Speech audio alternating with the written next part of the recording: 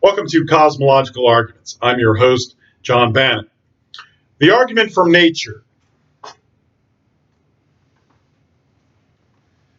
The argument from nature proves the existence of God by demonstrating that nature has an uncaused, timeless, supernatural cause we call God. The cause of nature must be natural or not natural, that is, supernatural. The cause of nature cannot be natural because you cannot assume the existence of natural processes in order to come up with a natural explanation for the origin of natural processes without committing a circular reasoning logical fallacy.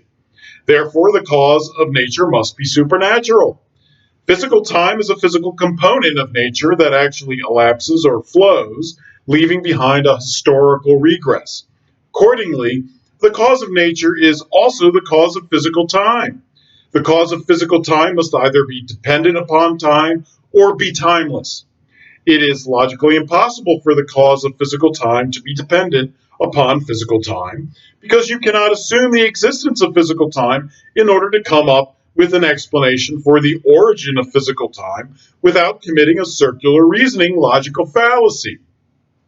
Therefore, the cause of physical time was timeless, and at least logically, not temporally, prior to the point of the creation of physical time and nature itself.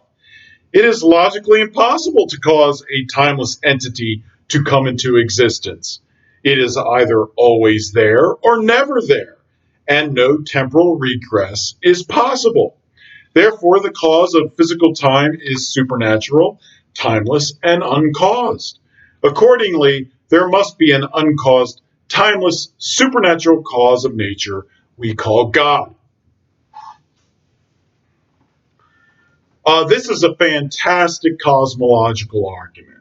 It allows you to say that every natural explanation for the existence of the cosmos is wrong.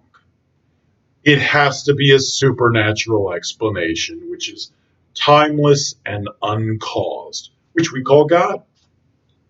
So any atheist or non-believer who confronts you with any sort of natural process as their theory for why the cosmos exists is wrong. And that includes anything involving space-time or matter or energy or any sort of physical realities like randomness or chaos.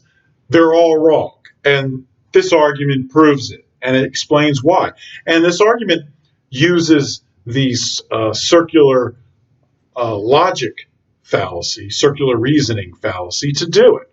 And circular reasoning is clearly a fallacy. So if you want to prove something, you can't assume the existence of the thing you want to prove in your proof of that thing. That's the circular reasoning fallacy. Essentially, you've proved nothing. You've assumed the existence of the thing you wanted to prove. That's not a proof.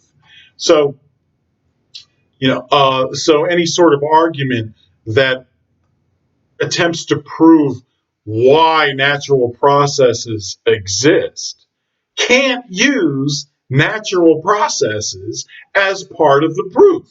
That's circular reasoning. Therefore, they have to prove a supernatural cause.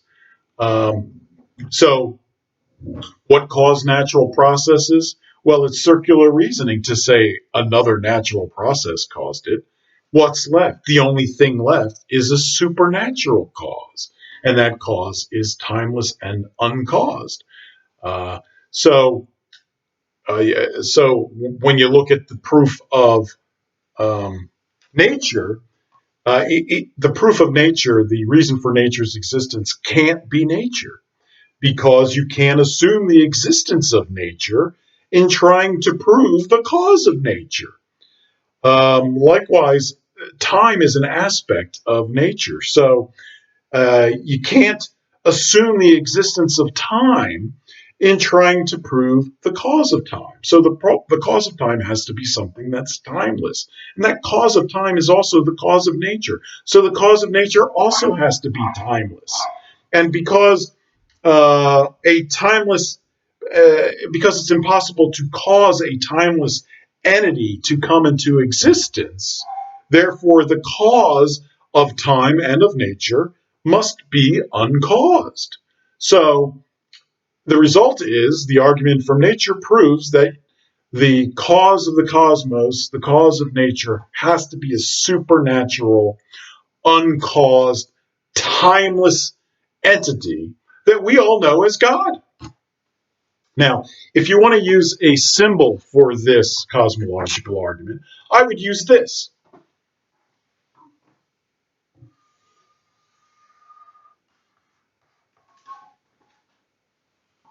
This is essentially a symbol representing circular reasoning. So, the heart of this argument is the logical fallacy of circular reasoning. And it proves that the cause of nature has to be supernatural. I hope you learned something. Take care.